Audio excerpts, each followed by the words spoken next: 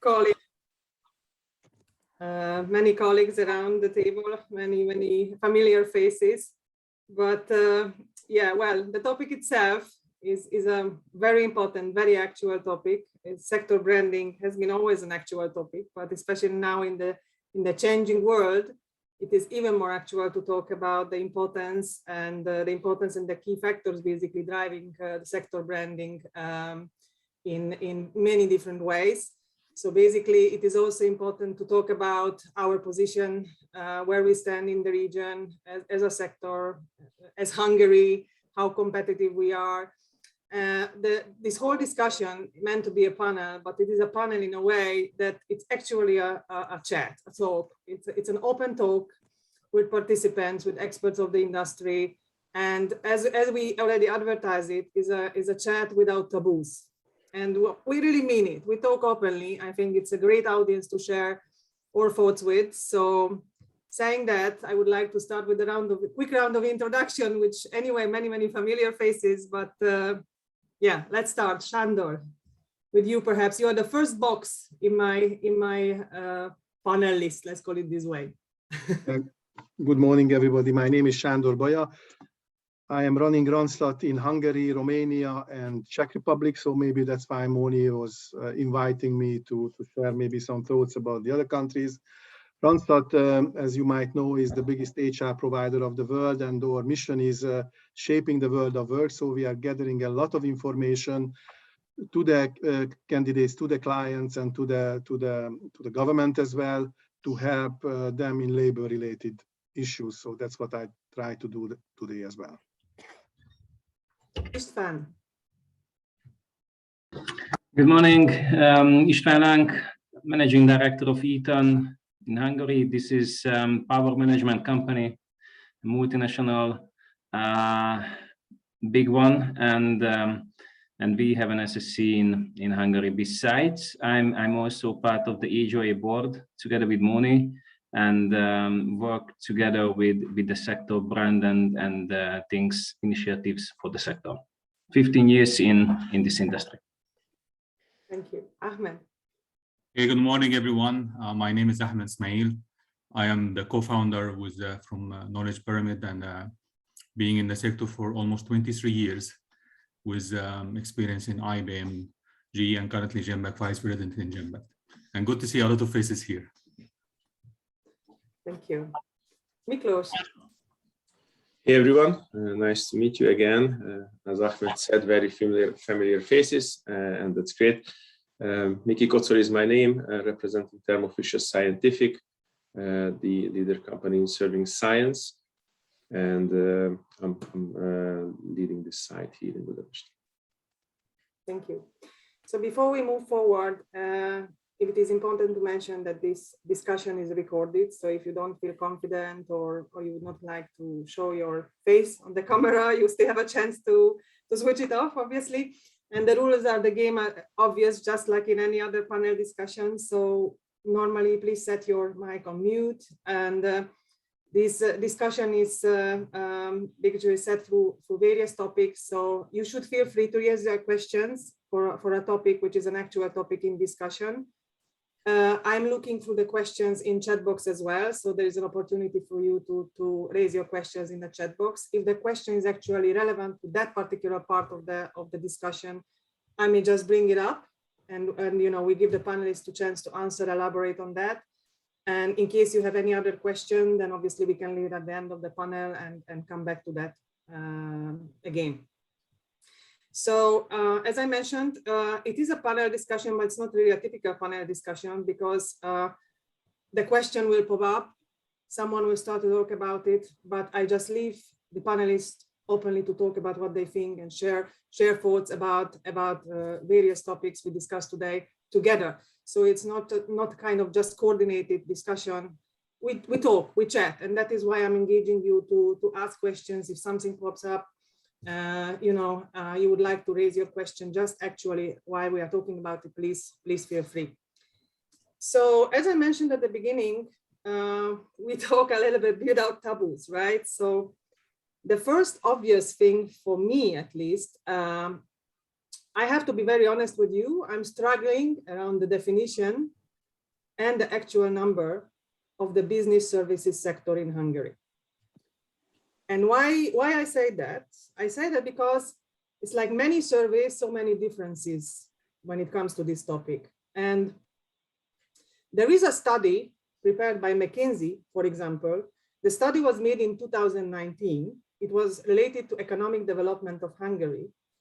And already in 2019, in this study, McKinsey is talking about 160 shared service centers in Hungary and 7,000 employees working in the sector. More importantly, they are considering shared services, business services, as part of the business services sector and not the sector on its own. And this is, from branding perspective, to me, this is a very big difference because it drives all the reporting, the numbers, the way we look at the sector, what we consider as part of it. And actually, it drives many thoughts about, you know, our competitiveness in the region when it comes to showing numbers. So my first question to the panelists is, in your point of view, in your personal point of view, what is the definition of the business services sector in Hungary and how this definition affects the competitiveness of the country in the region? Miklos, maybe you can start. Yeah, sure. Thanks a lot, Moni. I mean, it's an easy one to start with, but I certainly can share my thoughts. Is how I would approach the whole definition is probably twofold. One is, to me, the shared service is simply, you know, wherever we are providing any services for companies who are differently located, you know, that's, you know, even if it's two companies, you know, that's to me the typical shared services. You know, that's the by the book definition to me. But, you know, when it comes to how to measure that, how to evaluate, how to come to a common ground, I would probably look at it from a broader view and you know, see what's the best practice in Europe or even globally, or just a little bit zooming in, what's the best practice in Central Europe, how what's the methodology, how centers are being measured, and then, you know, trying to come up with a kind of aligned approach on that. That would be to me, you know, the best approach, because to me, at the end of the day, it doesn't really matter whether it's 50, 100 or 200. I think what's important is that we are remaining competitive, and, you know, remaining competitive means to me that we are remaining comparable. And when we are comparable to other countries, other regions, and we are comparing apple to apple, you know, then we can probably, you know, show the value, and that it's a fair decision. So probably that would be my aim. But, you know, how that looks like exactly, I don't know, but certainly that would be the direction of travel for me. And do you think, it's a question to all of you really, do you think we are today comparing apple to apple when it comes to regional comparison? István?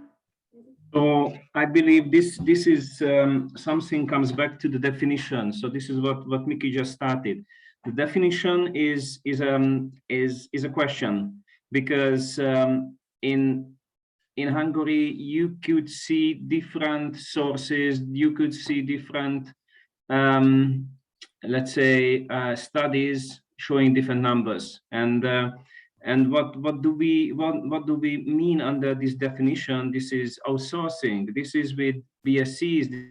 This is with GBS, COEs, and does it contain local business services? So it means this is not whoever we are on the call, anyone, but something which is local, banks, something different, software, local software developers, for example, and some others.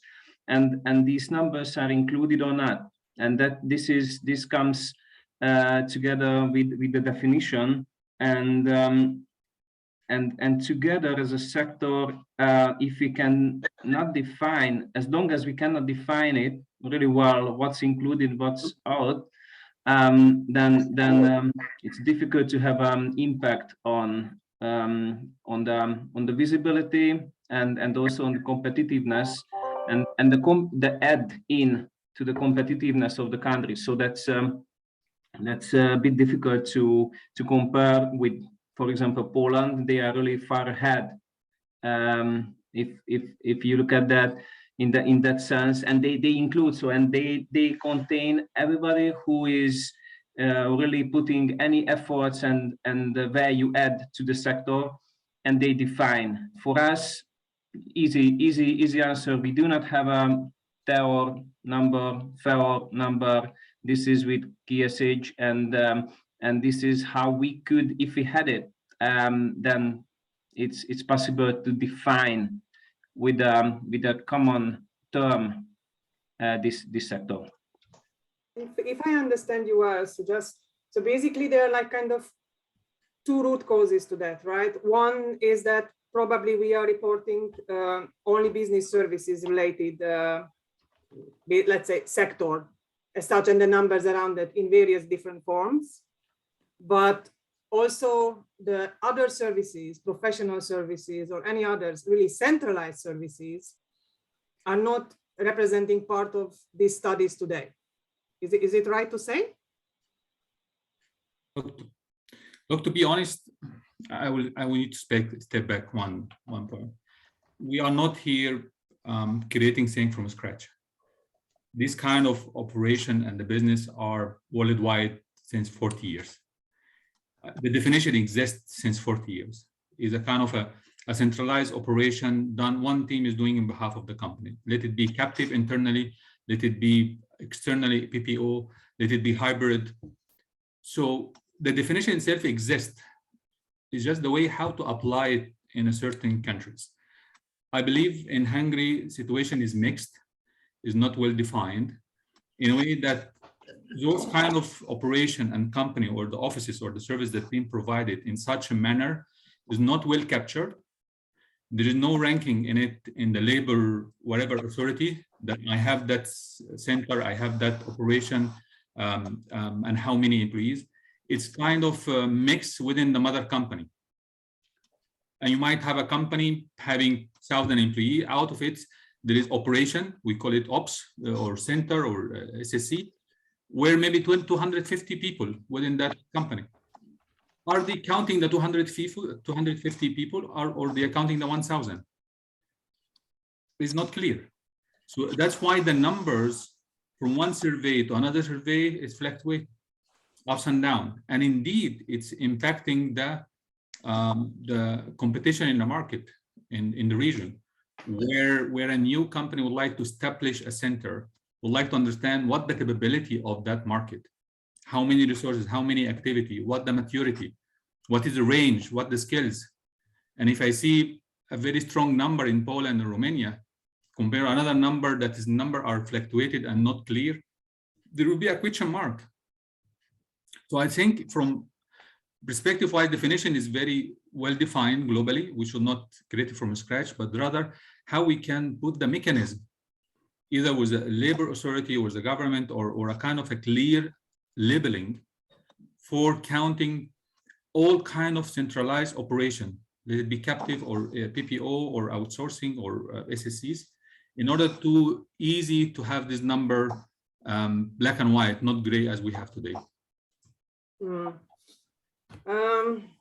Let's talk a little bit about the facts. Sorry, Shandor, yes, go ahead. Just one sentence. I wouldn't really really spend too much time on statistics and definition. And we Randstad, we are having 350 people in our shared service center, fine, classic, okay, supporting the whole world. But on the other side, you know, I am myself like a shared service, because I am providing management services to Romania and Czech Republic. Likewise, my marketing or controlling or IT people do the same. So listen, the world is getting so complex. I don't think that we should stop too long. You know, the companies are getting complex operation and they are moving the resources left and right and helping each other in the region and in the world. So there are some specific, like Ahmed saying that the BPOs or the captive centers and so on. But on the other side, the functions are mixing up as well. You know, the borders are melting, and I think it creates always opportunity and excitement in the organization that my people can support the Romanian marketing, for example. And this is all right. And that is a very good example you are talking about, Shandor, because the whole definition of a business services sector, it comes exactly to that point. So what Ahmed mentioned, there is a very clear definition globally, probably, you know, when it comes to shared services in general, whatever the concept of shared services is, whether it's hybrid, BPO, or captive.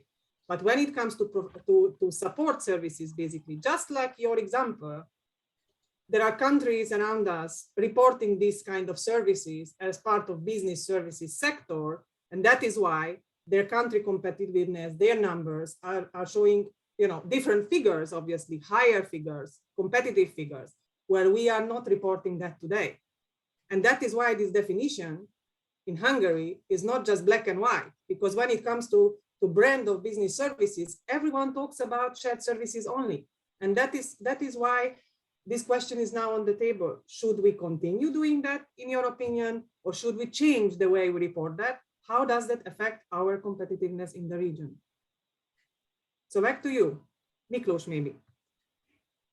I mean, I think, you know, that goes back to a more broader question to me, because to me, it's not only about how to measure, it goes back to the, you know, the whole branding, you know, that we are talking here about. You know, that's a topic that we've been touching base with some of you also in last week's HIPAA meeting, you know, that was coming up, you know, how to step up as a global brand. And I know we are potentially going to cover that. So I think if we, as, you know, a Hungarian business, can get the alignment with all the organizations and associations trying to pull it all together, if there would be a common alignment on that, you know, this is where we how to measure, and, you know, everyone is aligned to that, and that goes, you know, kind of or it's the methodology again is in alignment with the Central European one, because, you know, this is probably where I would start. You know, saving the world is not where I would start, but let's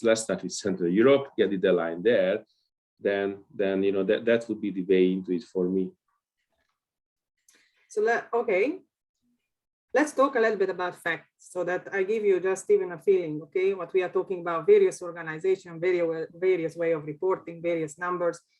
So according to HOA study for 2020, basically we reported 205 service centers present in Hungary, with the number of around 74,000 employees.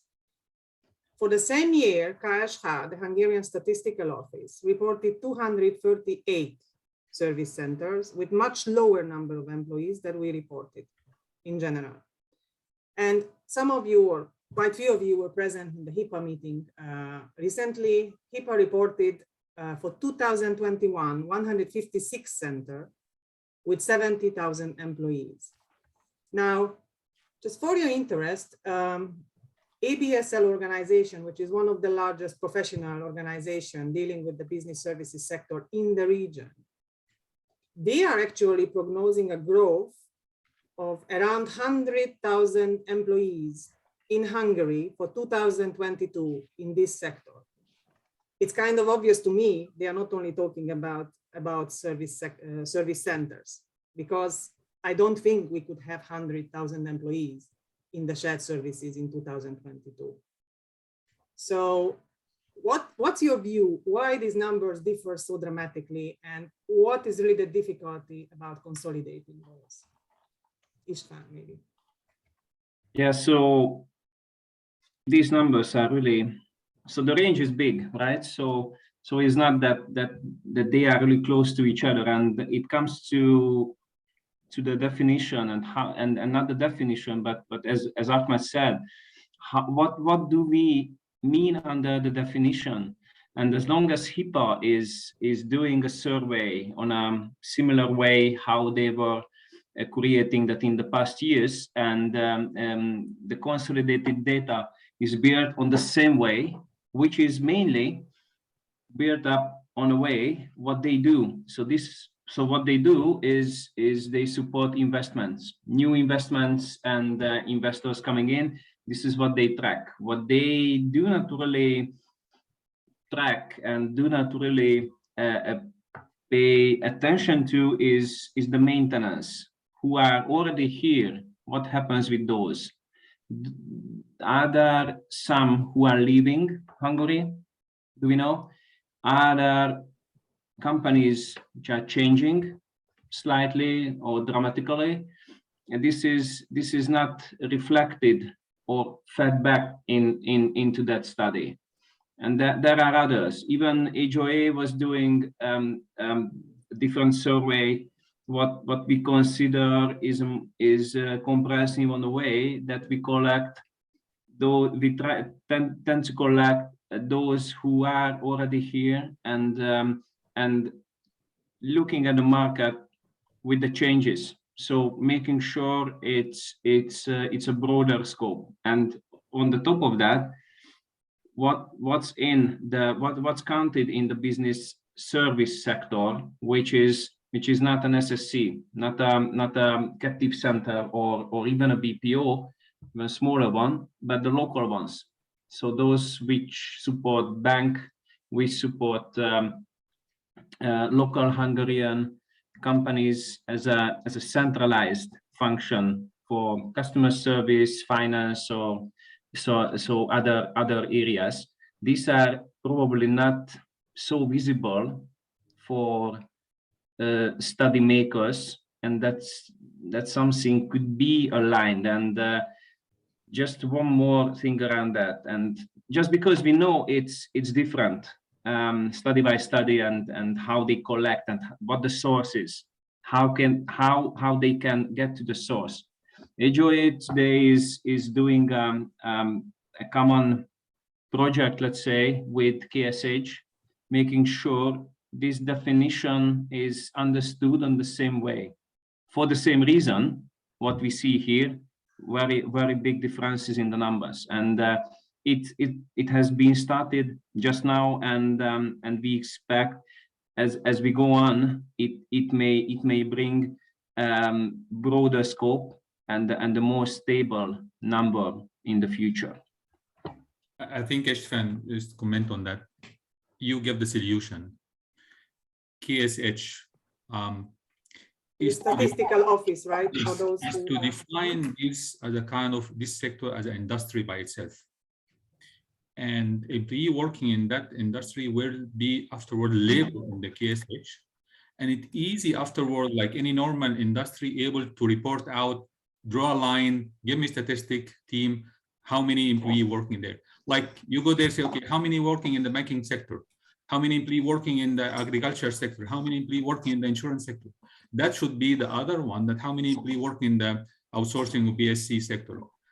The point that to rely on surveys always will be variant, because what is the tool used for the survey? How many people respond to the survey? What is accuracy of the information behind the survey? You have no clue. But when you report in the government in a kind of special box in their reporting system, and you are able at any point in time make a query on it and get the number, that will give us right number at any point of time. Well, it's a challenge around that, I can tell you, probably, because obviously, yes, it's absolutely correct direction in my point of view as well, though, you know, with any query, anyone who defines themselves being a centralized or a shared service, be it a local Hungarian mini business, they might define themselves as that. They may not fit necessarily the criteria, but as soon as they define themselves as that, they will be reported as one. So for sure, I think there's a lot of work in terms of real classification there and adjusting the norms of who and how and in what criteria can or cannot be reported as part of this sector and what exactly the definition is.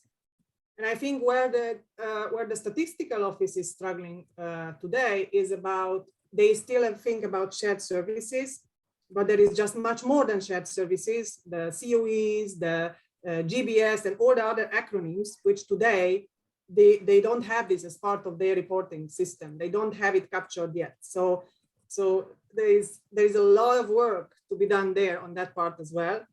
But at the end, probably, you know, as you mentioned, Ahmed, FEOR number for the sector is the one we should be all looking for. That's the key reporting system for all of us to have. I have a question here from Robert. I think it's a question, just one second. Are there numbers on the effect of the COVID situation on the SSC market? I'm aware of companies that lost many of their workforce as a result. Well, I can answer that. There are no clear numbers on the loss of employees due to COVID. So there was no study made on particular numbers of employees, lost their jobs due to restructuring. There were studies made on the effect of COVID in general, but not on particular restructuring numbers. There is another question here from Marcus. Statistics, Marcus, you can actually feel free to speak up. Yeah, I don't need to read your question. Thank you. So my point is I like the conversations we're having, but I don't think we all agree, or maybe we do agree, but making explicit my experience is if you have all agree behind a certain goal, it's easier to decide what is the next thing to do. And if you're asking me, right, so obviously we want to be more competitive on the international market for GBSs. So statistics can help us with creating a good story on the external market and attracting, success is attracting success. But I think the biggest challenge here is the labor and talent market. And the way I'm looking at it, and we had an interesting conversation on Thursday, right? It's about how is the market being branded? Is the market being known? And I think I would do it like as a comparison. Think about being a vegan. I'm a vegan. I would never have said it 10 years ago, because 10 years ago, if somebody says like, I'm vegan, people would, look at you funny and say like, what's wrong with you, right? Now, if you go in a supermarket, right, people put that they're being vegan on every product. Your dishwasher is vegan, right? Your toilet paper is vegan. Everything has this vegan stuff because now vegan became a strong brand, and because now it becomes attractive for people to be vegan. People who are still on the Sunday, they're vegan. Sorry, Erzsébet, can you set yourself to mute? Erzsébet, can you set yourself to mute, please? Erzsébet, thank you. Okay, Marcus, go ahead. So I believe that our our challenge is, or our problem to solve is how we make BSS in Hungary as attractive as being vegan. So that people say like when you have three graduates sitting, I'm going to join BSS, I'm going to join shared service. The other two people associate, well, great for you. Well, it means good income. That means a great career path, right? And you can work in an international environment. That's awesome. I wish I would have gotten a job in BSS. I think that is what BSS as a brand should be on the labor market. And then once we have that, people will come and participate in the statistics by themselves because they want to put their name on the brand. We come back to the brand related to the talent and how to join and not to join. Don't steal the topic, we are still not there. But so that is the answer also to Katalin Utera. We will come back to her question as well, or her remarks from the chat. So, but before going there, there is a lot of news on the market, by the way. So there's, at least on LinkedIn, I can follow even HIPAA news and any other news about companies growing, obviously. Some others are outsourcing. Less news about companies performing restructuring. So that back to the previous comment in the chat. But there are no many new entrants, new centers coming to Hungary. So my question to you is, how do you feel about that? Do you feel that the process has slowed down, or what is your observation from your practices, news teams, and so on? So maybe Ahmed, you could start. Look, for sure, we cannot give eye away of COVID impact. So in the last 2 years, especially in the first year, where all the investment, all the plans for like expanding or opening a new center or going to outsource, put on hold to understand how is the impact of COVID and what is the financial impact and our operation impact. I think this year for 2021, people couldn't wait more. People couldn't hold more. I think there is one, somebody opened the mic. So I think this year we started to see changes going on, movements happening from a static perspective became a dynamic perspective. Differently, we see the trend on both sides from the cost impact by transforming and transitioning out and decoupling and so on activity from Hungary to lower cost country. Also, there is new coming in. I don't have the numbers. What is the ratio between outbound and inbound? I believe outbound might be much more higher,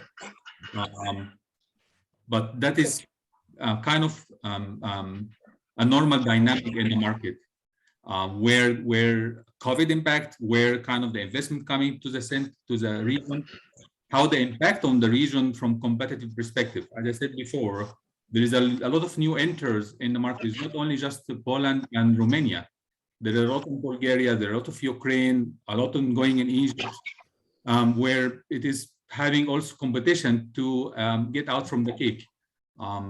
So from my perspective, still evolving, still not yet settled. A lot of changes going on in the market, inbound and outbound, and we'll see how it goes in the near future. Can I ask everyone, please, to put yourself on mute because we can see some back noises. Thank you very much. So, okay, Ahmed, so basically you're talking about general feeling that the markets are moving. So it's like there is a reaction or post-reaction to COVID and things have changed. We all read, many articles probably that the centers were basically the biggest winners of this change. What I don't know, it may be just my personal feelings. I was there also on the last conference of HOA, and we were hearing about 5 centers entered, 7 more are planning. So new entrants to the market. I mean, if I compare our growth to 10 years ago growth, we were, and any study actually can show you that basically, there was a dramatic growth. And then suddenly we started to, we are growing, but it became very slow. I still have that feeling that for the new entrants, we are there, and even the new entrants, whoever is coming is mainly coming to Budapest, not anywhere else. So yeah, so basically, Sándor, I'm really curious about your opinion. You are looking at it from a little bit different point of view. So how many new entrants are you aware of, or Listen, just coming back to the COVID, I think COVID is just an accelerator. It's a catalyst of it would have happened, but COVID accelerates the things. That's my opinion in digitalization and as well in all life in business service sector. And I think the big winner of the shared service centers is Central Eastern Europe. Because in Western Europe, definitely they would like to get rid of the costs to be more efficient. And in Asia, let's be honest, sometimes the services from India just collapsed, and some service centers are moving back to the services to Central Eastern Europe. So I am talking to a lot of center heads who are having just white cards. They can hire whatever they want and how many people they want, and they are growing quickly. So we doubled the number this year of our people, and these are very highly paid, not low salary people, but the rookies can earn 500,000 forints. So which is definitely not the lowest entry level. So for sure, I was shocked last year when I was aware about 3 centers basically. I was visiting HOA meetings very, very often with manufacturing, but not so many shared service centers. But then I was talking to my Polish people and Polish colleagues, and they were working on 30 different projects, 30, so 30 projects, and I was really amazed. So the competition is on, like Ahmed is saying, that Poland and Romania, but even Czech Republic are growing. But in the same time, I am not shy, or I am not. I am not scared about Hungary neither, because we are growing very, very quickly. If I compare 10 years ago or even 5 years ago, what the service center average number was. Now it was growing very, very quickly. And I am not afraid of losing some basic entry jobs, you know, to North Africa or India or even Far East, because we have other jobs for sure. So this is an international competition and we are not losing. That's my opinion. The question is, of course, candidates, because in Western Europe, the candidates are a long time, not the Irish people or the Spanish people, but it's foreigners as well who are working. And I am very proud of most of you. Sometimes I am hearing that you are using 80 different nationalities, your centers. So the question is how we can accelerate the import of the people to your centers and get more people on board from abroad if you don't find in Hungary. But getting back to your figures, Moni, that I'm using very strongly in the HIPAA presentations, the new centers are coming, that the concentration is much less in Hungary per 100,000 employees. Hungary has the lowest number in the region, or not in the region because Slovakia is even lower, but Romania, Czech Republic, Poland, per 100,000, they are employing more people in shared services. So it's not saturated, the market. It can be a good selling point.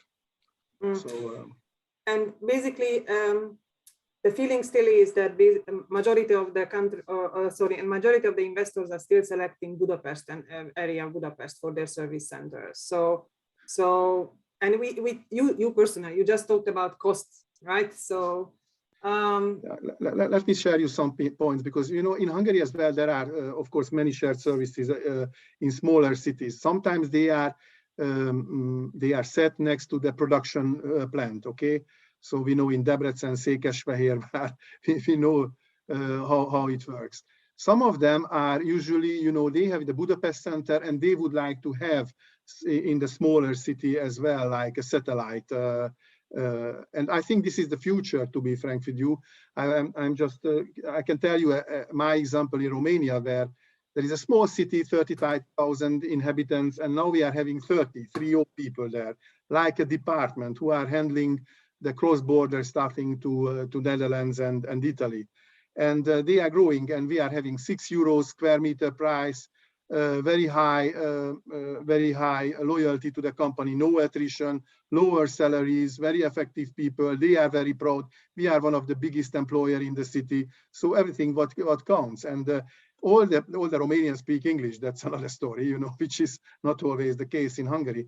And we should talk about it as well. But you see that, and then they started to employ 2-3 people from Timisoara, 3 people from Iași, 3 people from Cluj, Kolozsvár. Let's speak Hungarian sometimes.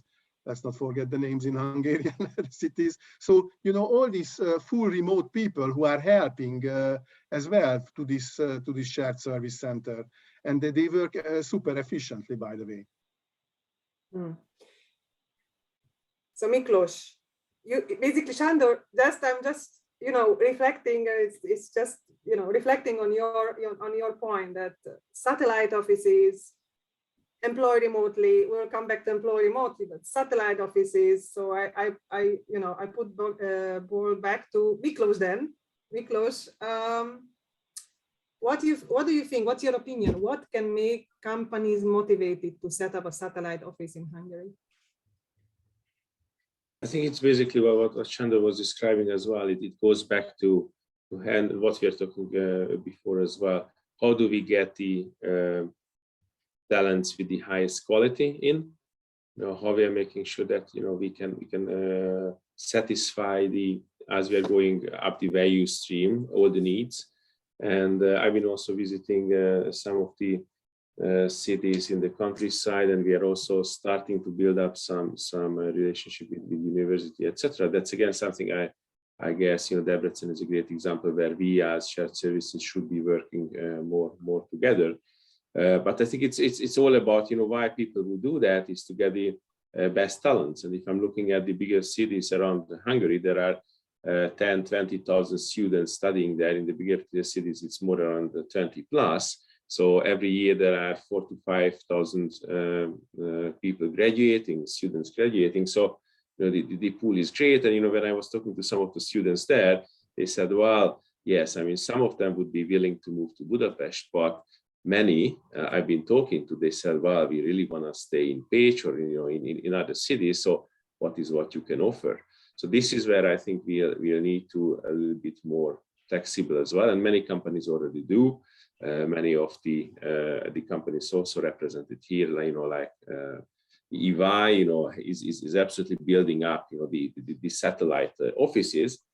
So I think for getting the right talent, we just have to go into the direction. At the same time, we need to satisfy, from my perspective, what's important, that being a company working in innovation, and this is what we are building on heavily, not only in manufacturing but in shared services as well, is how we can get all the brain power together.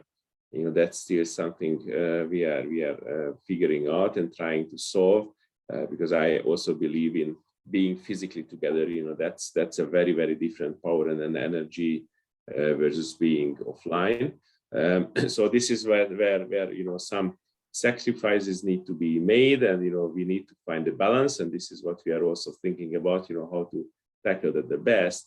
But I think that's kind of the future. And that's not going to be only Hungary. Certainly, as we're going to go along, again, that was a discussion point as well. From legal legislation perspective, that's not something which is possible, entertaining people, employing people from foreign countries.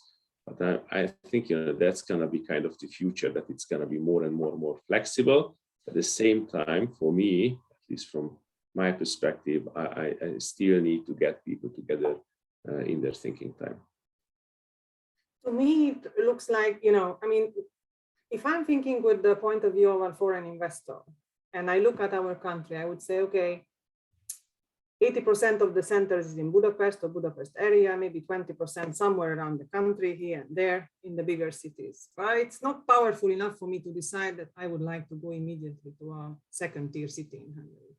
However, the companies which are present here in Hungary already, they have the choice. They are mature companies, majority of them. They have the choice to think it over and to think the way they could operate in Hungary, how to make it even more effective, more cost effective, and consider many other aspects of why to build a satellite office in Hungary. So the question to Ahmed and István, maybe, because one of you is working today in a BPO provider, another one is managing a captive office. So is there any difference when you make a decision? So if the company makes a decision being a BPO provider or a captive provider when it comes to building a satellite office, for example? So maybe Ahmed, you first. So before answering this question, let me comment on the previous one. Again, I'll go back to COVID. COVID has changed a lot of what we are doing since 20 months now. There was a lot of operation and activities that we were never imagined that we will do it remotely. We did it one day to another remotely, 100%. Quarter closing and many other activities and so on. So, and since over 20 months, we have a lot of people 100% working remotely on activity. This is give concept working from anywhere. We are using that in Genpact, by the way, concept working from anywhere.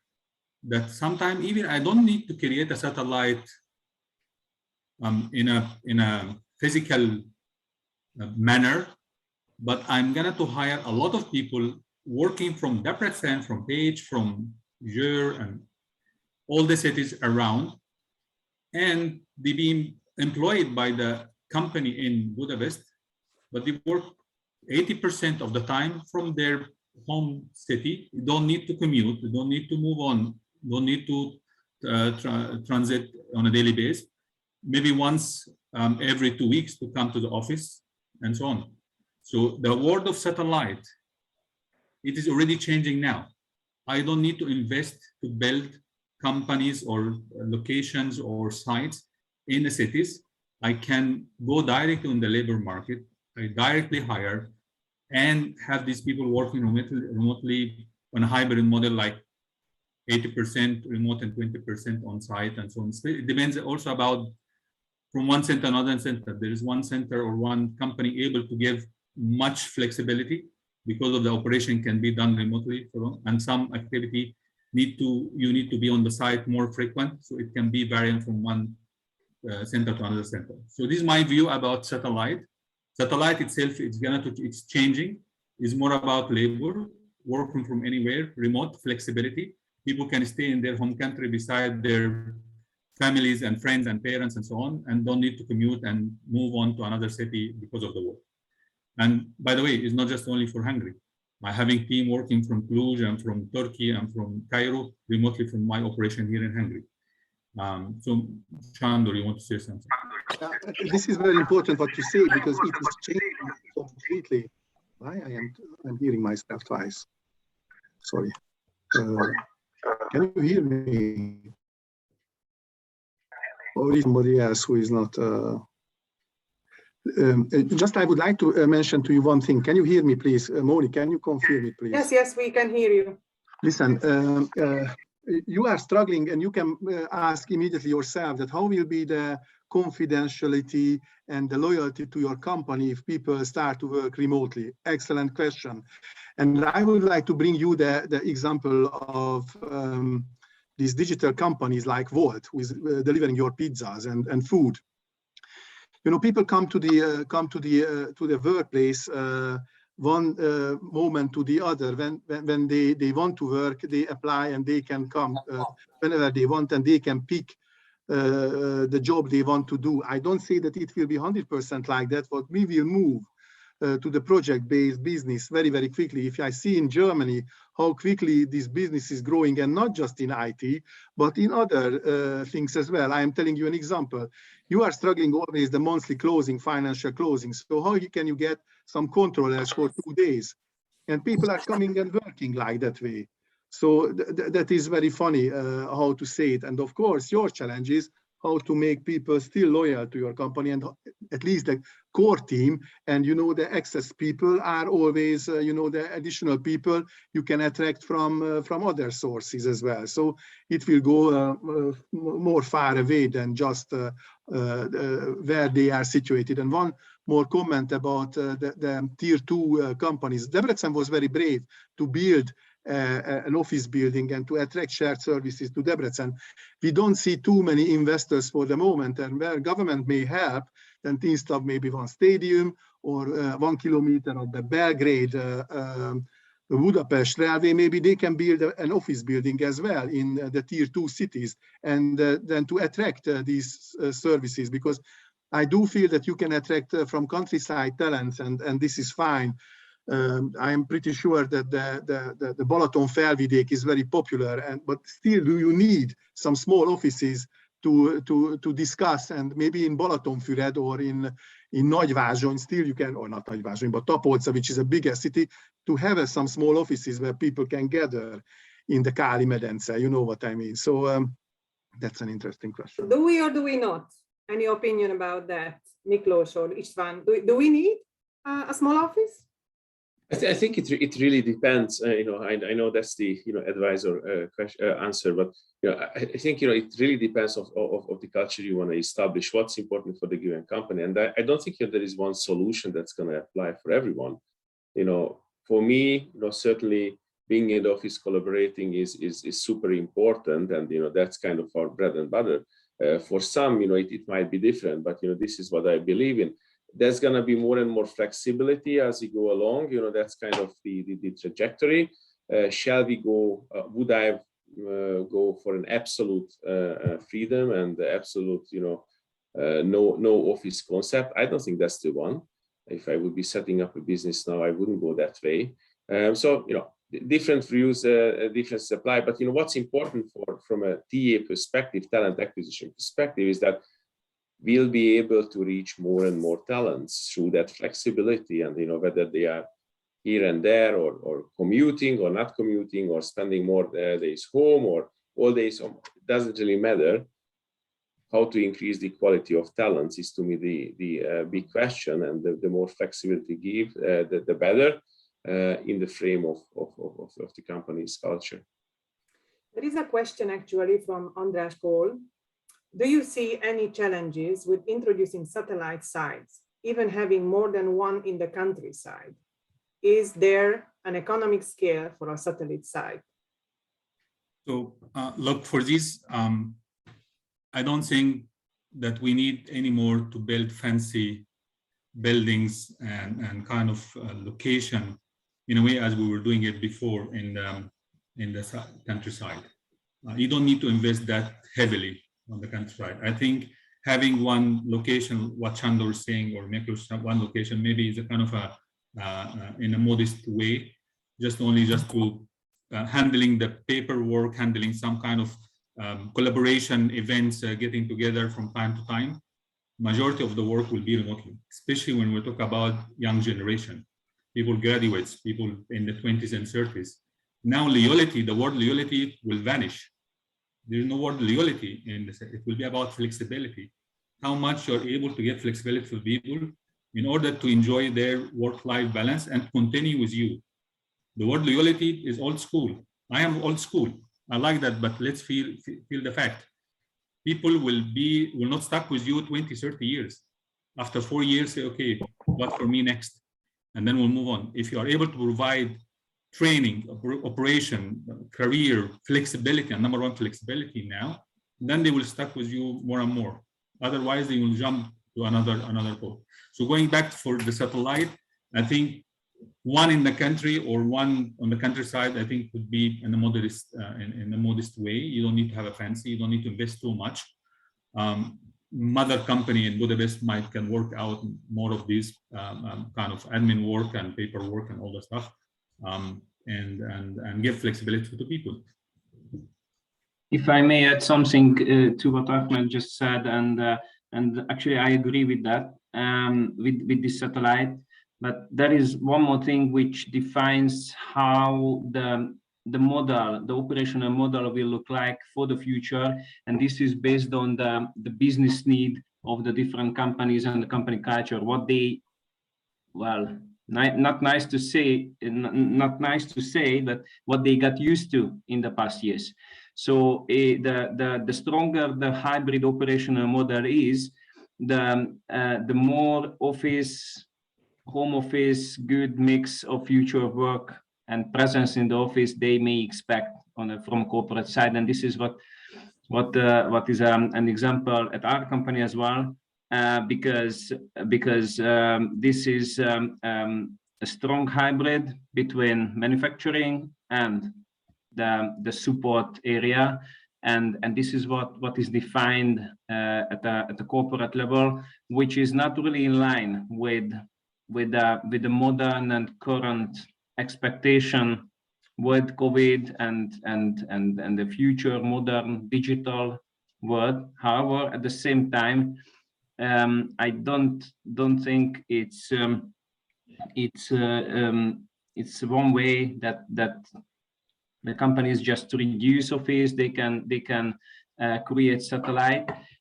Of course, there is an option for that, but as I said, the company culture defines what they want at the corporate level, and if they wish to see people working in a team environment in an office and then do Gemba work on site in line with the manufacturing expectation, then it's something different, which is, well, travel back to the past bit, but still exist. And these companies will definitely pay more than using the opportunity to reduce the cost. So they rather pay more just to have the model in place and maintain the model as it is, and then these companies will potentially either think about to create a satellite office on the countryside if they see what the countryside may offer and partners can offer at the countryside if they are visible at all, and then expand at some point.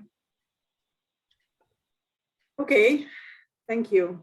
Let's turn a little bit to sector branding within Hungary and about the talent pool. Maybe a question to Ahmed. So in your opinion, Ahmed, what does a sector new entrant know today about service centers and actually the jobs and the tasks involved in these centers? Oh, it's a good question. Well, it is really a big variance of the new graduates or the new enter into the sector. I think still the picture is not black and white for the newcomers. They might hear about, they might understand on a high level, on a shallow level. Yeah, I'm doing finance. But what exactly in finance? Okay, you will work in accounts payable team. They have no clue what they're going to do in accounts payable team.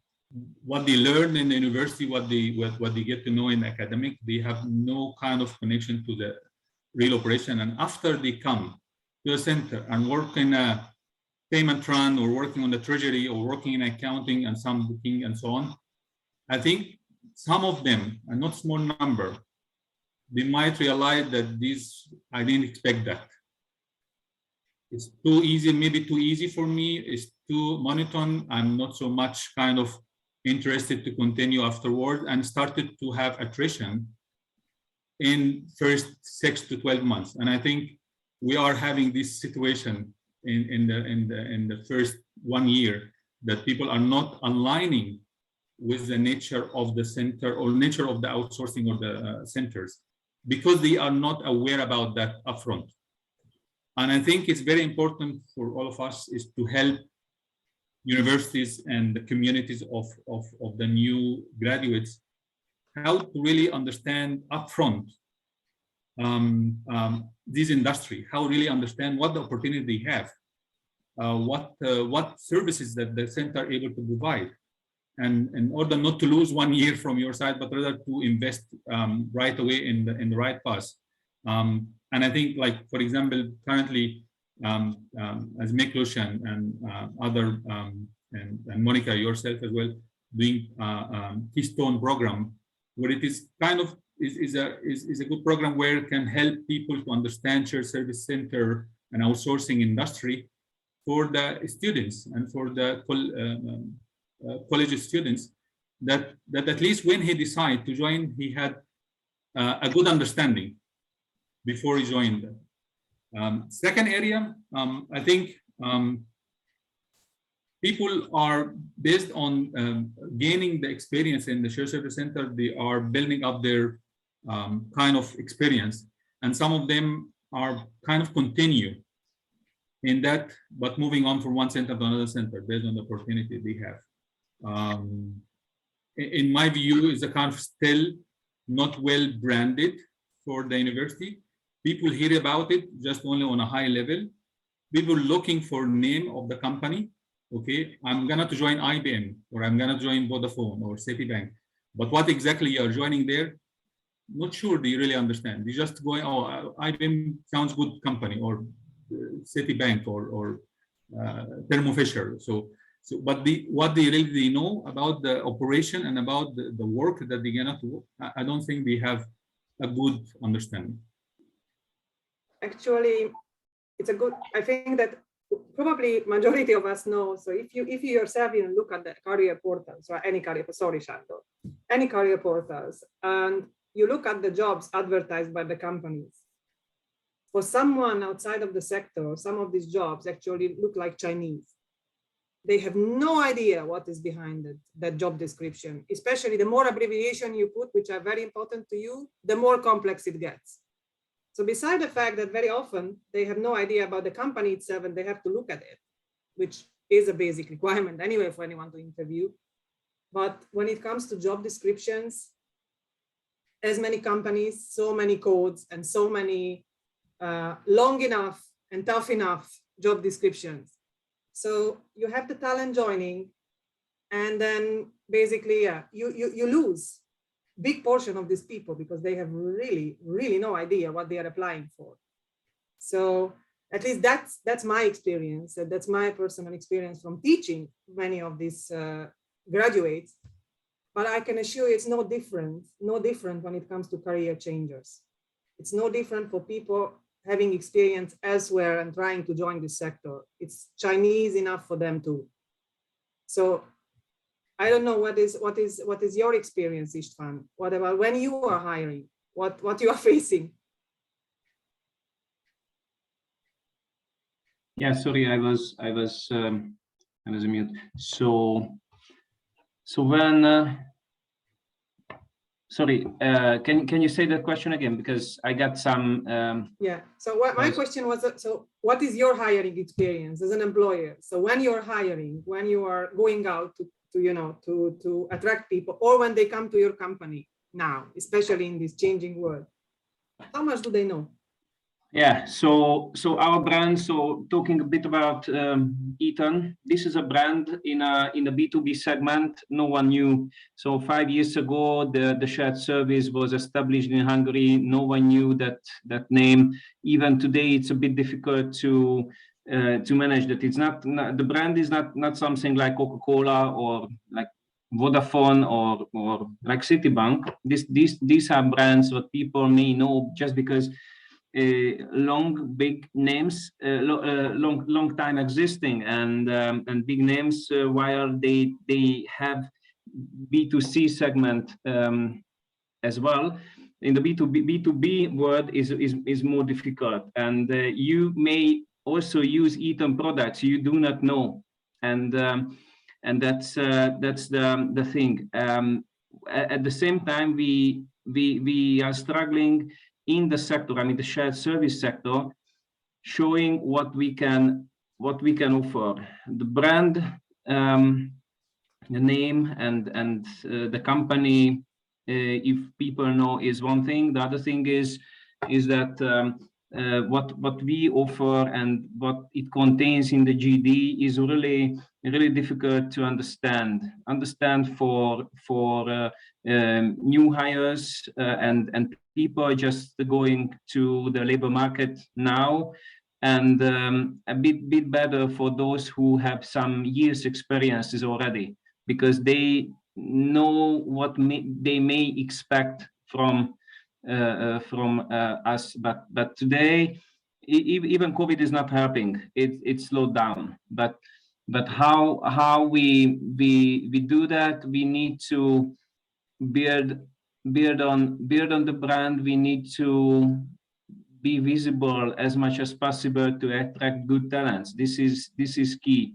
and at the same time, it's a sector brand which may help us or could help us much more, because if we jointly could show what an AP analyst can do, what a customer service a person can do, would help us a lot, because we jointly could attract talents to and keep and retain talents in the sector, who they, of course, they fluctuate between us, sure, but then we would be able to clearly indicate these are the things what this sector can show, can give you, and attract those people who we can retain then. So this is what is a key here, is not existing on the way how I would like to have, and that level I would like to have. So today what I see, many companies are doing it on their own, and everybody is doing for their own company, and how we do it together, this is missing from the market. Sándor, Randstad prepared a survey about sector branding initiatives. So according to your experience or the results of the survey, so what do sector's new entrants know about the sector? Actually, this is not what we prepared. We are preparing it for the 8th times now this year. So we have quite a history. And this year we asked 7,600 people. So this is quite a representative study. The good news is that among these people who were between 18 to 65, 43% would like to work for the sectors, 43, which is much above the Hungarian average. The problem or the issue is that it is quite stable, it's not improving. So out of 143 people would like to work for us. The good news that, of course, the university degree people is 48. So almost half would like to work. and it's much more popular, of course, in Budapest as well. And the best news is actually the people between 18 to 24, our sector is one of the most popular, and by far it's well known, and they want to work for us. One side comment as well, among the top 10 companies, there are 4 shared services, business service companies who were voted as the most wanted companies, which is, I think, a great result. So there was a hegemony of car industry before. Now it's not anymore, and more and more. So last year it was just 3 centers were among the top 10, now 4 centers. So I think it's quite an improvement. Just a side comment to Ahmed, and very, I do agree with you, Ahmed, a lot. So the sector made huge mistakes when you were attracting in the beginning very talented people for monotonous, repetitive jobs. Like, I don't want to name it, you know it very well. And then these young people who were attracted by the brand itself of the company, and all of a sudden they were really bored. And we just published, I think 2 days ago, a study which is saying that in Hungary, among the all OECD countries, we are the most sensitive to the salary. So the people are considering the salary first. Second, that I would like to work for a meaningful job. I would like to do a meaningful work. This is the least, which is really very sad, that the Hungarians don't give a damn what they do during these 8 hours. But they care about your salary, and then leave me alone, and I am doing my after work activities, which is very sad. I don't know how we can get out of this bad situation, but this is what the statistics say. So, and this is not just young people, but all over everywhere. So, short and a long story, we have quite good results in the sector. We have to improve because it is stagnating, but we are, after IT and telecom, the most attractive sector, so which is good. I think it's a good point, and just to comment on that, definitely in the recent years, we are also moving the chain of our service maturity, where we are kind of more decoupling or transition out the low transactional type of activity that the entrants own, and get more and more highly value added tasks.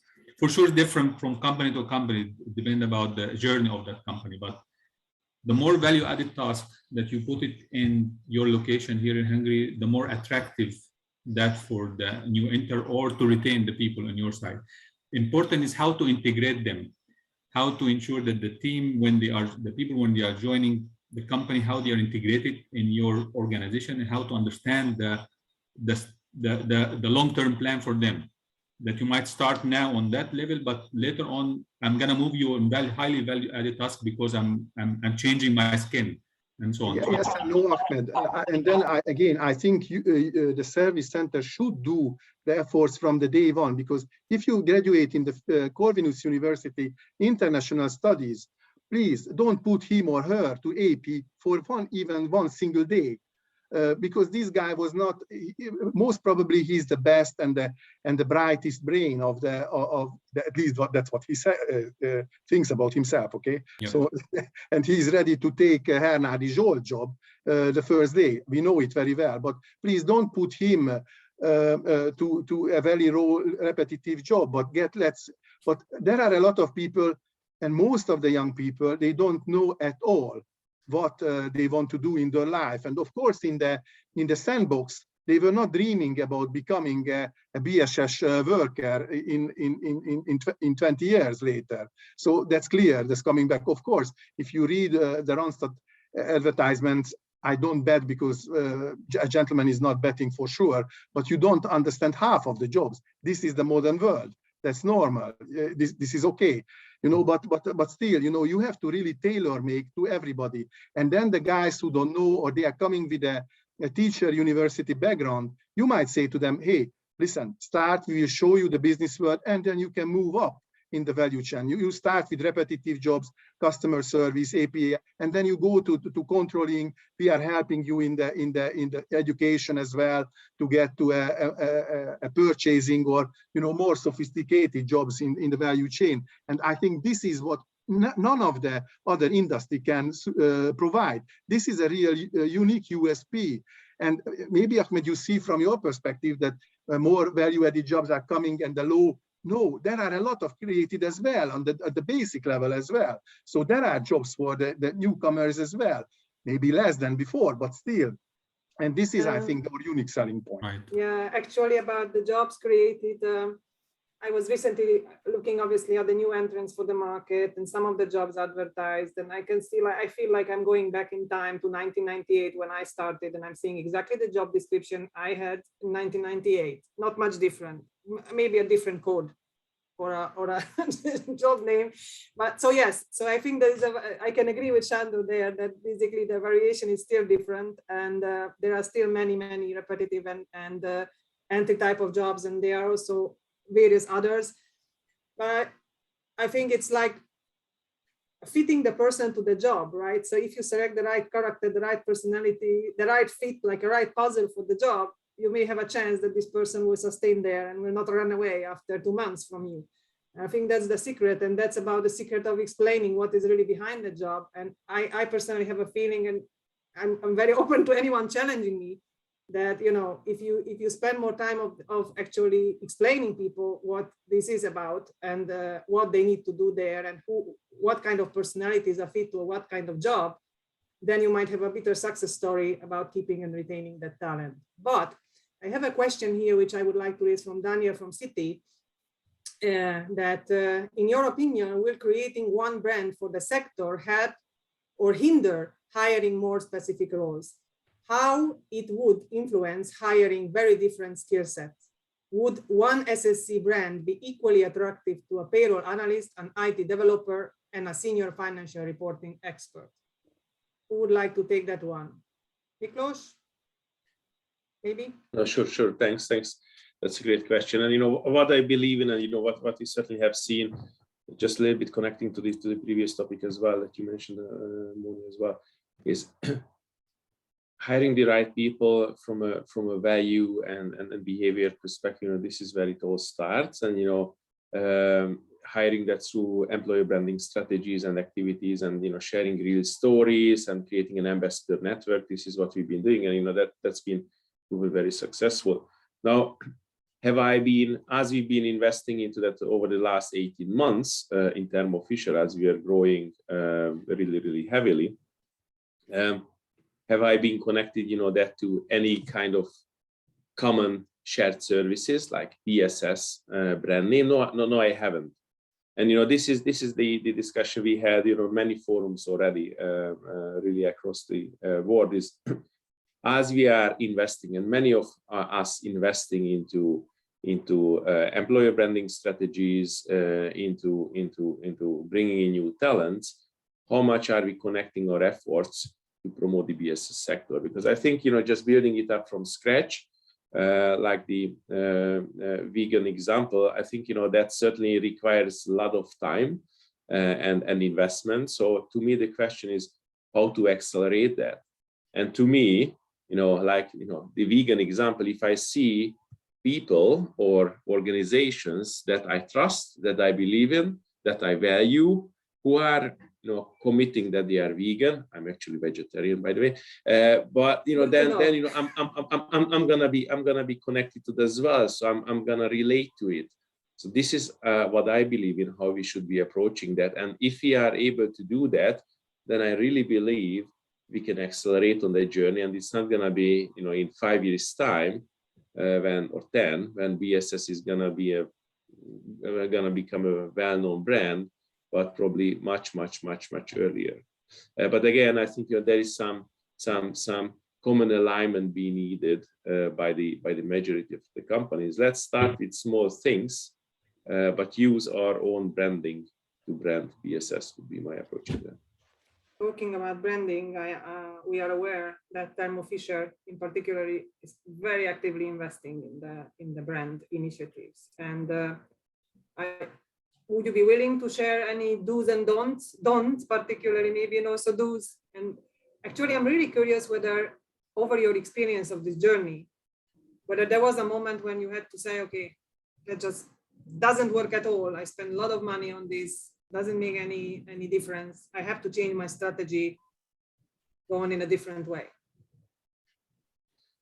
Yeah, I mean, I'm happy to, you know, from that perspective, just starting with the question of where do we intervene, how often we change. We do review that on a quarterly basis, the whole strategy for the next quarters, and are adjusting.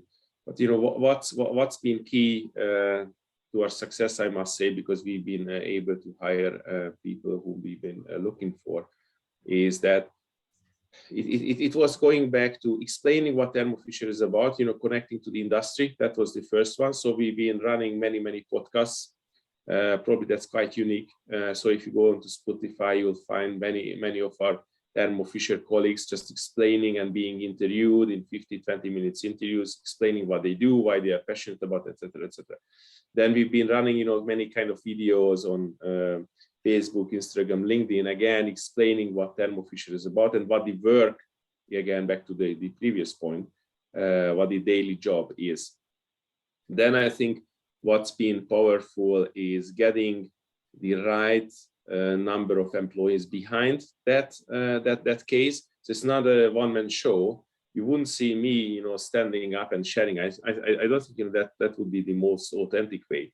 It's much more authentic and much more convincing if all of the employees, we have like 10% of our population, 56 ambassadors we have currently, who are participating in photo shootings, videos, attending different events, and just talking about their experience and how they feel about the company. So that's absolutely key. So that's probably it. And then probably what I would add on that is universities, but again, I think that's a topic that we've been scratching already, and we are trying to get into that as well. Again, I see that the opportunity doing that more in a joined up manner with many of the shared services, again, that we are trying to, but it's not at the level I think where we should be. It's a journey. So that's something we definitely need to accelerate, and I definitely will accelerate. If you're asking me for 2021, that's going to be one of the focus areas, certainly. Did you have to change any of your strategies? So was there any dramatical change since the world became so much remote? Let's say this way. Yeah, I mean, we did. I know there is an example. We were just we are about to bring in 120 people for a new project. And there we see that for one specific language, which was German, we've seen that the talents are coming short. So we just sat down and worked out, you know, 10 points how to go that. And you might have seen that we went through billboards, we went to special, you know, targeting some of the communities, German-speaking communities in the countryside as well, by the way. So it's more approaching the targeted group. Rather than, you know, shooting for entire Hungary. You know, that was kind of the strategy which worked out, so turned into great results after 1 month. We talk about obviously sector branding from a new entrant perspective. We talked a lot about that, how much they are aware or not aware actually about the sector. I have I hope a simple question to István. So I'm just really curious about your opinion, István. What do you think an average parent knows about this sector? How would they help they graduate children to find a way in their career? A few years ago, it was one way answer. That was a call center. This is what we heard, right? And the bad news is that this did not really change much. And it comes together with how we are sharing inputs and what we do, how we are making visible what we do in the sector and at the different companies beside call center, because this is also a part today, but how we share what else we do. We all tend to move to the more value add jobs, and referring back to what Sándor said is really important to have those programs for the very talented people, even from Corvinus, they don't do AP postings, but also have these programs like what we have, for example, is a graduate leadership program. What they do is that they go into specific 5, 6, 8 months program where they spend this time at a certain let's say function, and then they rotate. They choose a different one and they go through different areas, completely different ones sometimes, and after 2 years time they may go into a leadership role as an entry leadership role, just because they got a lot about that. Together with that, another program is an international students, how we integrate, how we reach them with some specific organizations, and also the university presence is important. And through these communities, the parents can be educated. It's something similar like sharing information for people over 50 plus and who are potential job changers. How do we reach them? Do we reach them at all? And what do they know about the sector? Is exactly the same, because these generations are close to each other. And how can we make visible this sector and those areas, what we offer to them? And also, how do we find them? Because they are not visible at the same time. So that's the same. I think how we educate the parents in this sense is going through the students. We reach them because they know what they want in many cases, and they can give over these messages to the parents, and at the university level is I believe more important to share those best practices and whatever these sector players can provide, and then it goes on. Yeah, that's it. Well, about visibility of the sector outside of the sector, I had a very interesting personal experience a month ago or so. I've been presenting on a HOA conference about the program I'm teaching on the university, the Keystone program, and it is obviously about the service centers. And this population, actually, I was presenting to, these were HR managers and CEOs of the companies, Hungarian companies mostly, or basically corporates, large corporates, but not service centers. At the end of the meeting, everyone was very happy about the news they were hearing, but majority of the people actually didn't have a clue what the service centers are about at all, being HR professionals in different industries or CEOs in different companies. So, which is, to me, it's a message, right? Because even if they have an idea of what is it about, or actually they heard about service centers as such, they may not have a visibility at all of what is within the world of these companies, of these service centers. Sándor, you are a man known with millions of connections, so for sure you have millions of friends outside of the sector. So what is your experience? What they know and they think about the service sector? I don't know whether I have a million, but I would like to refer to my study again. So you can filter as well the manager status people. Would they like to work for us as a sector? And then you would be surprised that we are one of the most wanted among managers as well. This is a good news.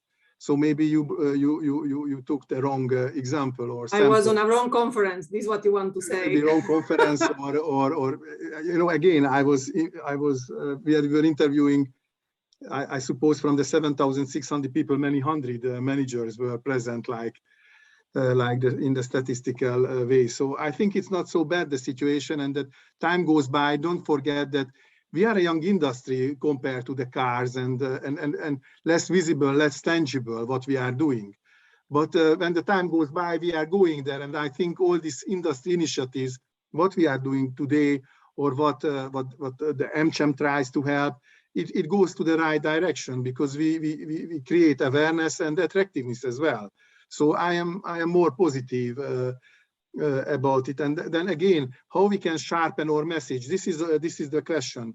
And coming back to the question whether sector branding or private companies branding, you know, I'm always thinking about the Istanbul Golden Bazaar. So the most important is to get to the bazaar, and then we will fight for the client. I mean, for the candidate when you enter the shopping hall. So Istanbul Bazaar didn't come through to my mind actually about the sector. No, but yes, okay. Well, maybe this is not the best, but you understand what you mean. So let's attract the people to the bazaar, and then we will fight once they are there. So I think this is the most important thing. And then, you know, we have the privilege to grow very quickly compared to all other industries as well. So, okay, maybe car industry is still growing, but they have a lot of issues the last 2 years, you cannot imagine. So I think we are growing steadily, which gives opportunity in career for the young people. We are paying much above average of the Hungarian average. We must emphasize this. You always underestimate here in Budapest the undeclared work, you know, the black work. Come on, guys. Hundreds and hundreds of thousands of people are still not declared normally, and we are paying clean and white, and we declare. And the moment of truth, when you are sick, and then you still get paid, which is not the case in the countryside. This is, even the government is acknowledging that 400,000 people are, you know, not paid properly, and then another many 100,000 just the base salary is paid. So I think we have a lot of you know, aces in our hand to advertise, and just the question is how we can sharpen our message to the managers, which might have some children, and then they can send us their children to work for us. Thank you. Looking at the time, and our conversation is a very passionate conversation. I'm sure that we will still receive some questions from the audience. I would rather move to a more sensitive topic, which is, in your view, do you think there is a sense of belonging among the leaders of the business services sector in Hungary? It's a question to the panelists. Any of you should feel free to start. Can you elaborate more what you're looking for? Do you think there is a sense of belonging among the leaders of the service centers within this sector in Hungary? So do you feel you have a sense of belonging? Is there a sense of belonging? Definitely, yes. Listen, I am a young guy among you guys. I'm just 10 years working for you in this industry, and I see the names of participants, and I met in 10 years ago exactly in the same company. They may be moved up in your hierarchy, but you are still working for the same company. Congratulations to you. So I think you are not everybody is a job hopper, although I consider that after a couple of years it's very normal that you change job. But I feel that there are a lot of known faces from the same company still. It is not about the sense of belonging, sorry, to the company. It's about the sense of belonging to the sector and what you can do for the sector. So, István, I don't know, or Miklos, sorry. No, sorry, in my view, when I just, you know, again, talking without taboos, if I'm, you know, putting that into order, where I'm feeling the strongest belonging to, I would say first is the company, really. But second, you know, I'm really proud working in the shared services and industry. So I wouldn't shy away of sharing with my friends or colleagues or anyone that, you know, yeah, I mean, it's the shared services sector, you know. So I'm, you know, rather than, you know, I'm saying, well, I'm really proud, and it's a super sector, gives lots of opportunities, lots of challenges. I'm learning, and you know, and need to go through many challenges every day. So, you know, I'm enjoying it, and you know, it's fun. So, do we need, and you know, that goes back to the branding and probably mindset, you know, increase on that, and you know, bring that kind of belonging to the entire sector, and increase that and grow that. Yes, and I think, you know, that goes absolutely hand in hand what we started to discuss in terms of branding belonging to the BSS as such. Probably there is opportunity, but in my view, the perception is changing around the BSS sector. Are we there where we want to be? No, I don't think we are, but it's moving into the right direction. Yeah, I Istvan, agree. You make a lot.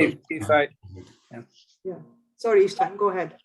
no, my computer just crashed, so I joined back on mobile. So if I may just continue quickly, it's good to hear from Mickey that his own opinion is like that, and this is what I would like to continue. And I also have some let's say personal and company belonging to the sector, but all in all, this is not enough. So we would need much more at the sector level to have a sense of belonging to the sector. So this is just to give you an example. There are certain initiatives that really target the sector brand, sector awareness, and make sure there are things to make it visible. Heard about KSH, Faro Terror not existing, not recognized as a sector at some point, but there are companies and people who could do more to make it more visible and have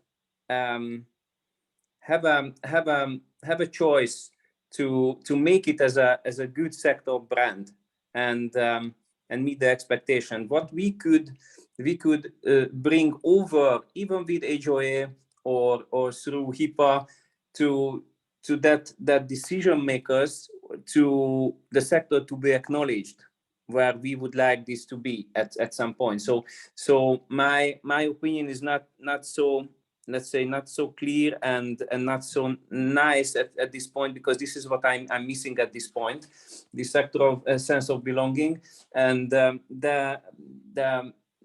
way how we could solve it is a question, and why don't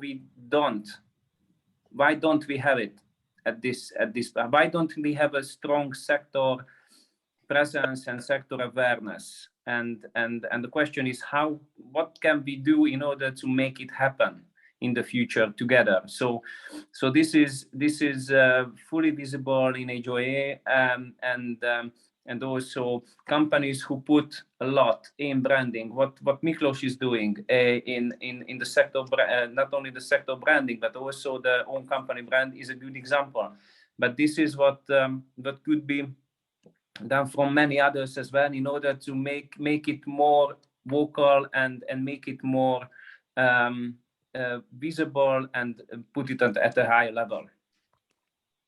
Ahmed, you started a sentence. Yeah. I think it will go around the same, but yes, feel and belong. Yeah, I have the strong feel of belong, and I know a lot of people having the same feeling of belonging to the sector. And I think also people who are spending good time in that industry, they will continue in that industry. I saw many people who are joining for 5 years, but when they are changing, they are going to another center and another center. So maybe in 20 years, they are maybe join 2 or 3 centers or more. I'm not talking about the job hopper, because that is very difficult to track. But feel and belong, I think it is there once the person tests opportunity, the career, the training, and the kind of also expectation for him or his long-term work. However, can it be better? Can it be much more stronger? Can it be unified? And I think Hungary could do much more better in that. I have a lot of colleagues and a lot of friends in Poland. I spent 1 year in Krakow when I was in IBM. There are even huge competition, really, but so much united when they are working together as a big companies to define the industry, help the industry to grow, support the community, work together with the government, making kind of, let's say, a lobby in a way that they say, okay, would like the government to help us in X, Y, Z, and in order to grow further. I think Hungary having a good chance to do that when they are united together as big company. Let's say employer with 800, 1,000 employees. We have a lot now, and we need to really work together to help industry and the sector to even better. So if Shandor saying he has good number, why this number is not double even? How we get even much more better if we get work together.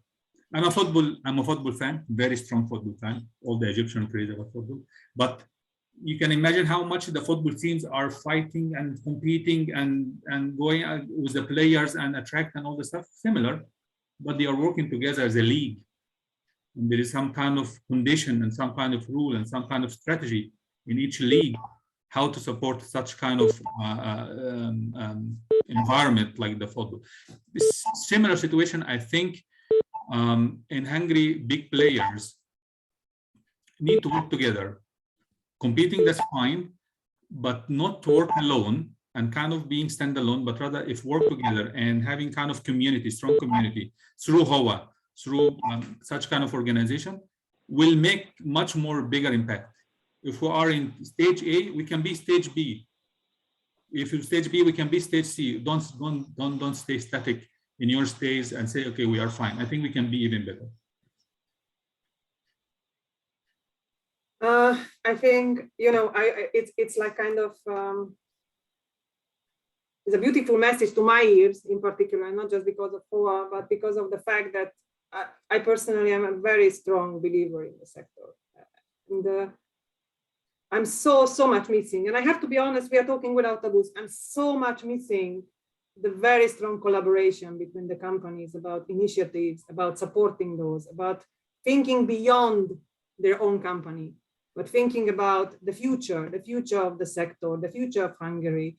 And there are so many initiatives which could actually, you know, bring companies together to represent this sector in front of the government for the benefit of all. So it will not decrease your opportunities. There are many initiatives which could also, you know, help you in a war for talent, to how to collaborate, how not to compete on every single part, right? How to go beyond boundaries and think together. And I tend to agree with Ahmed and with István there as well, that, you know, seeing what is going around us in other countries, there is much more stronger collaboration within the sector for the competitiveness of that sector and to getting the better out of it. On one side, because they want to be strong and you know, number one in that sector in the region. On the other side, because they want to grow. And that is why, like countries like Bulgaria or Serbia and Montenegro and so on, the countries which want to grow their sector, they feel, you know, they want to show that, give it to us, we can do anything. And that was the feeling I had as a veteran as well in this sector 10 years ago. I have this feeling today, but honestly, I don't know how many of similar, you know, veterans would have the sector today. What is the reason? If they have it, if they feel it on their own for themselves, could they pass this passion or emotion to the sector overall? I think we are really missing it, but it's just my personal view. So it is not a view of HOA. It is my personal view as a you know, as a veteran in this industry. So how can we do better?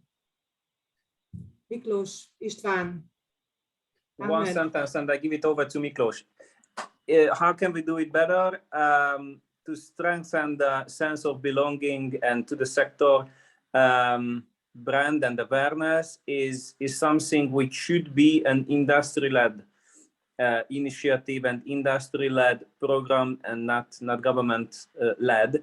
And the effect will be visible even at the government side. So we definitely need to have a better collaboration, more active presence in the sector programs and initiatives to keep these together, keep these talents, all talents and potential future talents for our common, let's say, talent pool, and and this is just one example, and then make sure we jointly express our, let's say, express our view and expectations about the future of the sector.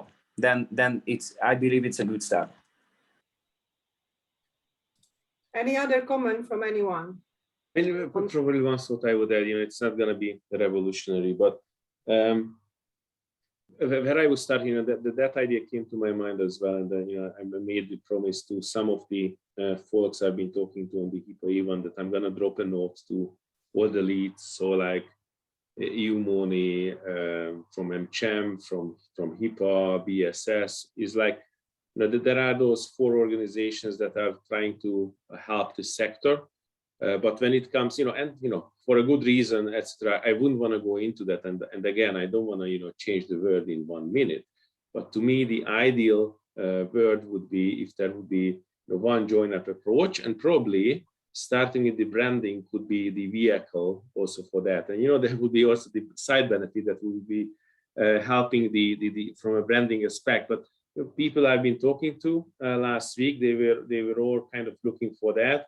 Why don't we just simply, sit down together and, say, look, guys, this is what we want to do. Let's firm up some commitments. Let's try to build together a strategy. And I know, that's going to take then 100 years, etc. But, why don't we start small?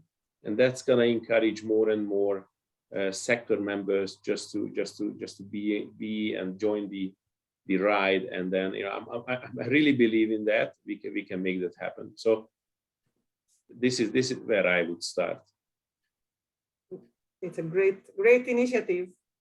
Very, very welcome, for sure, on the HOA side, at least. I can clearly commit to that on behalf of the entire HOA board. Great. Anyone else? Any comment? If not, then I will open for any questions from the audience. You should feel free to ask from anything related to this discussion.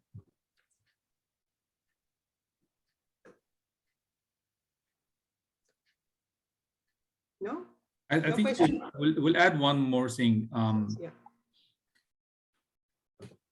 Also related to the branding and relating to the environment of SSC. I think so far very much connected SSCs and service to young generation. Whatever you call it, always first thing come to your mind is young generation, which is actually fact. But we are really missing opportunity to make another generation joining us. I think plus 40s could be a really very good source of talent and full of resources that could benefit from being part of shared service center and outsourcing industry. Especially people who are working in different jobs. Maybe they work in a government, work in a banks, maybe an accountant and work in a bank, work in government, and he could be really, or she could be really strong caliber that he can join us. And I know the numbers in different centers are, we have the level of that generation, but 10% maybe or less, 90% is really, really young. How we can develop that, how we can make the sector much more wider, to be more friendly, to integrate more different generation, to be part of that sector. Especially, they will come with maturity, they will come with knowledge. For sure, there is a lot of going to be training, education, and so on. I mean, integration to that. But that will give you the loyalty, what Chandra was talking about, because majority of those resources will not be a job hopper when you are in 40s where and you like to have stability and you have to kind of sustain your operation and so on. There is an area for improvement here. There's an area for development, and to create that friendly environment for XYZ number of years to be friendly for that pool, which we are not so much there. We are not touching it from outside, but not there. Actually, reflecting on that before Sándor, majority of the Hungarian service centers basically are multi-generational. So the bubble which is created, generational bubble really, which is created in the centers in Budapest or around Budapest is how to say, is actually a bubble, which is a separate, in my opinion, separate challenge to tackle by itself. Because even if you look at the multinational centers outside of Budapest, in the countryside cities, there the structure of the centers is basically multi-generational. You don't have really other choice. The talent available is obviously a talent available. You select based on skills, language, whatever you need to, but it doesn't mean you will select only 25 years old fresh graduates. Where in Budapest, majority of the multinational companies are employing mainly the younger generation. So yeah, sorry, Sándor. No, that's all right. I just wanted to add two comments. One thing is that we are surveying, we Randstad 48 service centers, and we were talking about the whole industry, but I would like to remind you that there are so huge differences about your awareness and attractiveness within the sector. And I would like to confirm that the best ones who are considered as best ones are really the ones who are really systematically for many, many years are taking care about their image, about their development, where not just the HR is taking care about employer brand, and not just the CEO, but the whole company is behind, or even they are dedicated people to the employer brand. And then I feel their power, and guess what? The people see that from the average. This is one. The second, where we might challenge the government, is the following, the education. So we are talking about that there are a lot of transactional jobs which might be handled by just high school graduated students. The problem in Hungary that we are learning 12 years English, and we don't speak English after 12 years. So my question to the Hungarian government and the education system, what the hell they are doing during 12 years that at the end of the day, they cannot handle a customer service desk or an AP or a general ledger task English. And I am telling you what is going on in the schools in Hungary, my wife being a teacher. So she is teaching for 25 years in the same school and never was visited by any superiors or nobody was asking her, what the hell, girl, you are doing in the classroom? 25 years. And in the class where she's teaching, there is no internet. And we are the most prestigious school in the city of Vác, which is not in the end of the world, 30 kilometers from Budapest.